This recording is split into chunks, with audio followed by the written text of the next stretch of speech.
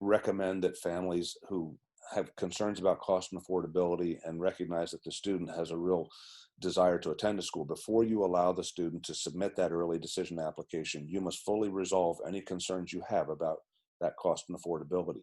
You need to get an early estimate of the expected family contribution.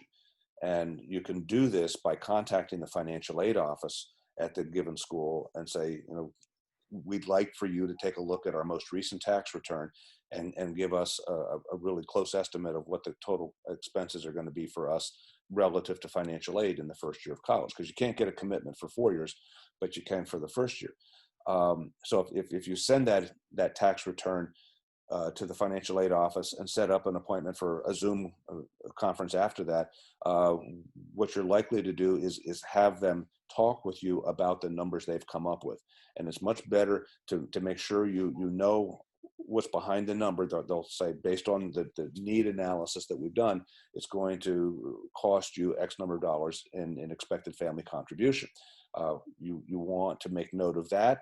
You also want to make note of the total cost of attendance. You ask them, what's the total cost going to be for the first year? You can quote tuition, room and board, but you can't quote total cost. They know it though. So it's important to know what total cost is, as well as your expected family contribution. And you'll notice then that there's a difference between the two. Then you say, how are you going to help us meet the difference between the total cost and our expected family contribution? That's when they should be able to provide for you a template of a financial aid award that they would typically offer to a student in your situation. So it gets complicated, and the best thing to do is to start that conversation and be prepared to ask some questions about, how you're going to treat different situations. Ask them also how you're going to treat loans in years 2, 3, and 4. They might be able to say in year 1, your student will need to borrow $3,500 in a guaranteed student loan. Don't assume that it's $3,500 each of 4 years, because the student's eligibility for that loan can go up each year. So try to have a conversation with the financial aid office in advance of applying for early decision.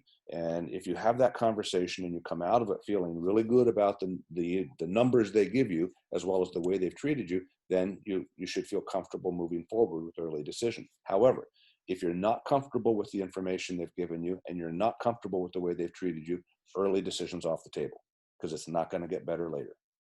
I will just say this: colleges and universities are very nervous about their enrollments.